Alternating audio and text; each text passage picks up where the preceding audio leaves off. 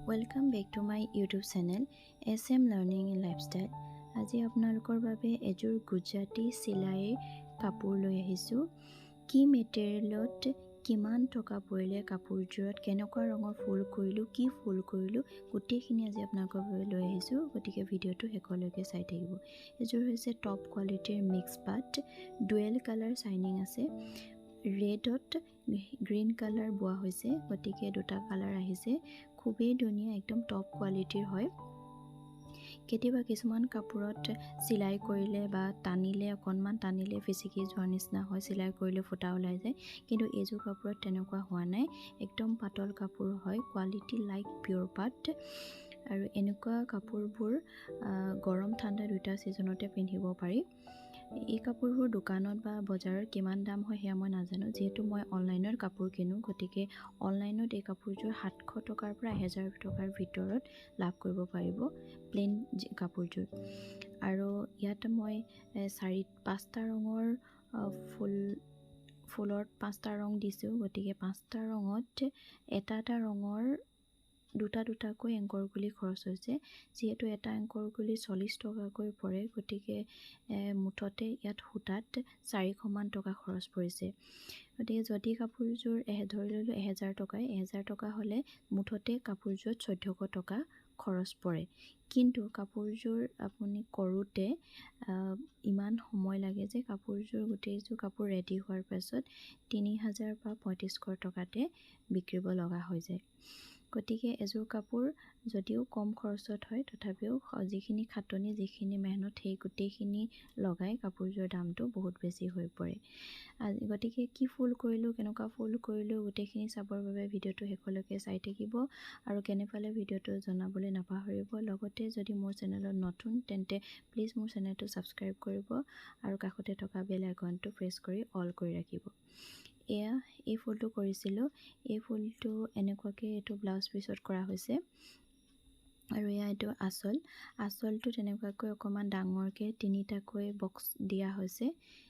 আঁচলটোত এনেকুৱা 3টা বক্সৰ 4টা কৰিছোঁ।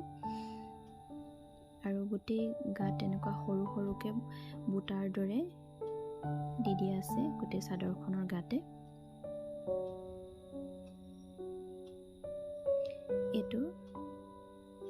এইটো ব্লাউজত দিছোঁ আৰু এইটো চাইড পটিটোত এনেকৈ দিয়া হৈছে।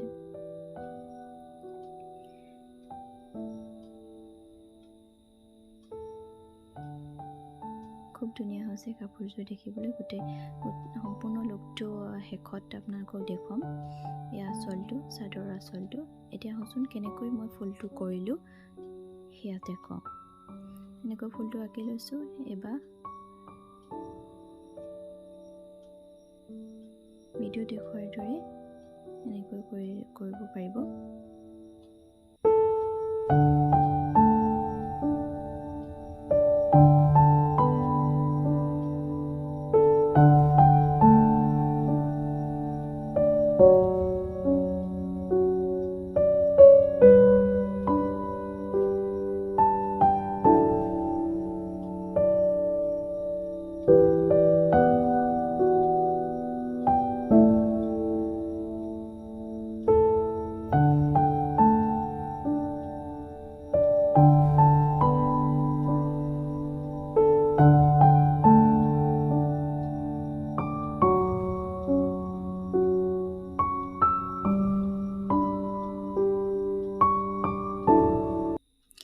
যিসকলে গুজৰাটী চিলাই আগতে নাজানে, একেবাৰে নতুন, তেওঁলোকৰ কাৰণে অকণমান এইটো জটিল হ'ব, যিহেতু প্ৰথমে তেওঁলোকে সৰুকৈ শিকিব লাগিব।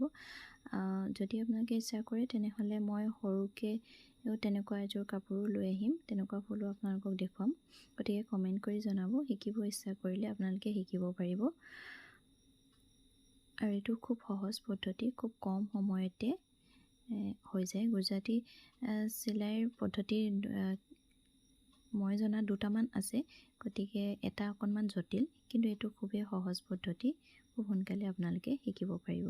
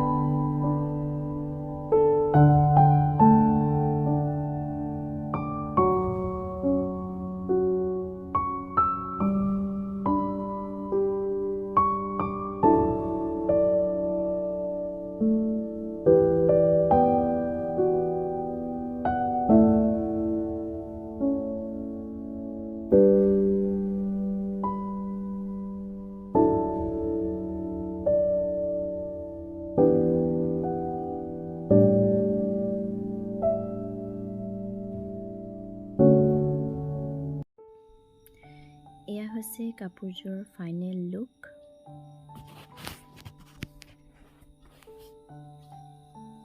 কাপোৰযোৰ ৰেডি কৰাৰ পাছত খুবেই ধুনীয়া লাগিছে। এইটো পটি আৰু এইটো হৈছে আঁচল। আঁচলটোত এনেকৈ ডাঙৰ ডাঙৰকৈ 3-4টা ফুল দিছোঁ আৰু তাতকৈ ওপৰলৈ 2 লাইন অলপ সৰু দিয়া হৈছে আৰু গোটেই গাতে এনেকৈ সৰু সৰু বুটাৰ দৰে দিয়া হৈছে। কাপোৰযোৰ আপোনালোকৰ বাৰু কেনেকুৱা লাগিছে কমেণ্ট কৰি জনাবলৈ নাপাহৰিব। যদি কাৰোবাক এনে কাপোৰৰ প্ৰয়োজন হৈছে তেন্তে কমেণ্ট কৰিব আৰু অৰ্ডাৰ কৰিব পাৰিব আপোনালোকে।